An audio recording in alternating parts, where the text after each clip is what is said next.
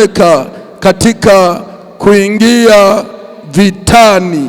Biblia inasema aondoke katika mulima wa Gileadi. Ndipo watu 22,000 wakarudi katika watu hao, wakabaki watu 10,000. Bwana Yesu asifiwe.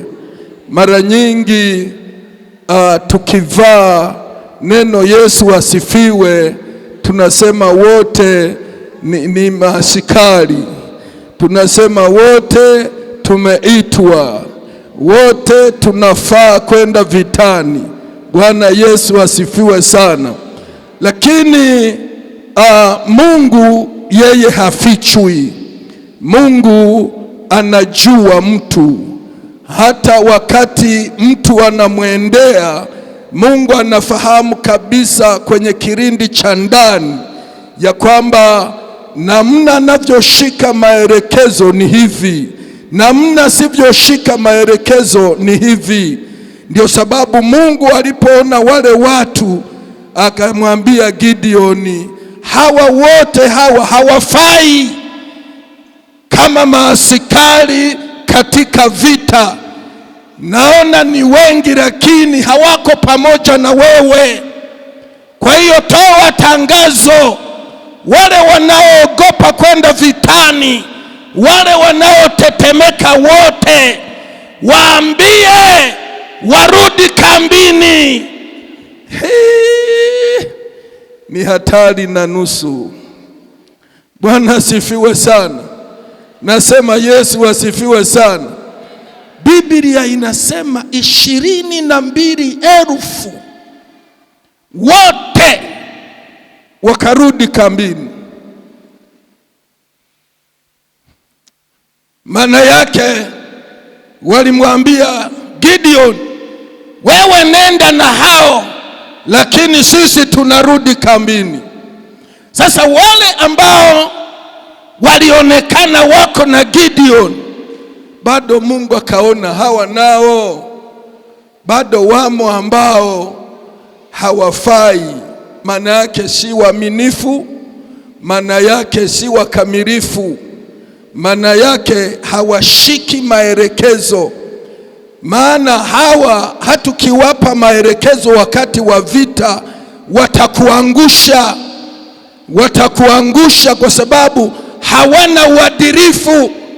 Kwa hiyo ngoja nikuelekeze ufanye mtihani ambao utawachuja ili wale wanaokufaa wapatikane, wale wasiokufaa nao wapatikane. Haleluya. Katika 10,000 akasema wapeleke mtoni. Maana nafikiri Mungu alisababisha kiu ya maji kwanza. Kiu ya maji kairuhusu wote wakawa na kiu ya maji. Walipokuwa wote wana kiu ya maji, wanasifiwe. Unajua sasa hivi kila mtu ana kiu ya hera. Kila mtu ana kiu ya nini? Ya hera. Na Mungu huwapima watu kwenye hera. Je, ataachana na Mungu ambatane na hera, au ataachana na hera ambatane na Mungu? Kwa hiyo wale wakapimwa sasa kwenye kiu ya maji.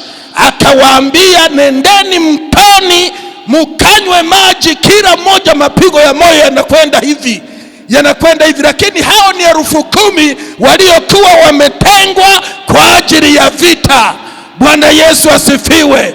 Maana yake wana mavalio ya kijeshi, wana silaha za vita tayari. Biblia inasema wakaenda kwenye kijito. Walipoenda kwenye kijito, Mungu akamwambia wale watakaopiga magoti wanywe na mdomo maji, hao waweke pembeni. Lakini wale watakaopiga magoti wanayazoa, wanayaweka mdomoni kwa kuramba, hao nao waweke pembeni. Bwana Yesu asifiwe. Ikaonekana waliopiga magoti magoti na kuramba wako 7,000. Wako 700. Bwana sifiwe.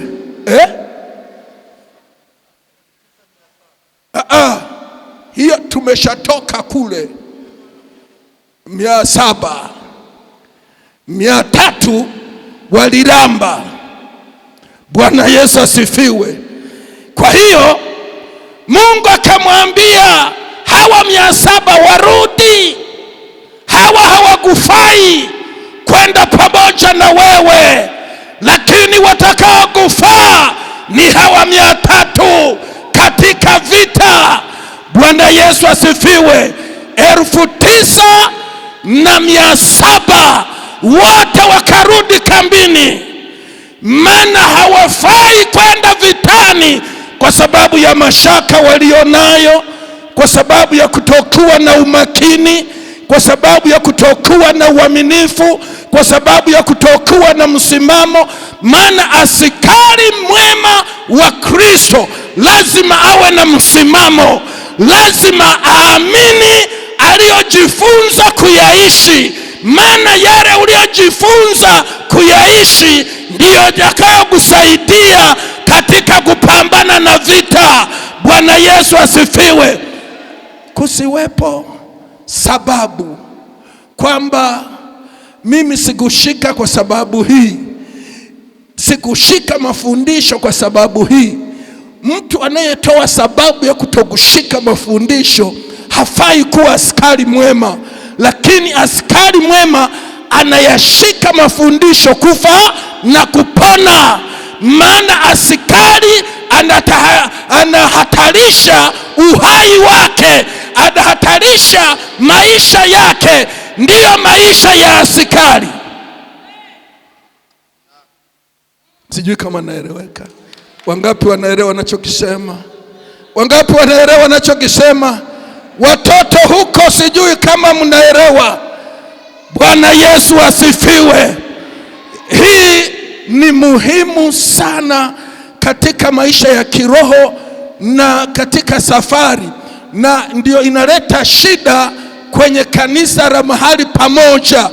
Haya magurupu yapo kwenye kanisa la mahali pamoja, na ni hatari sana katika namna ya kulitunza kanisa, kanisa la kweli, kanisa lenye haki, kanisa lenye uaminifu, kanisa lenye msimamo wa Kristo. Ni hatari sana. Bwana Yesu asifiwe sana.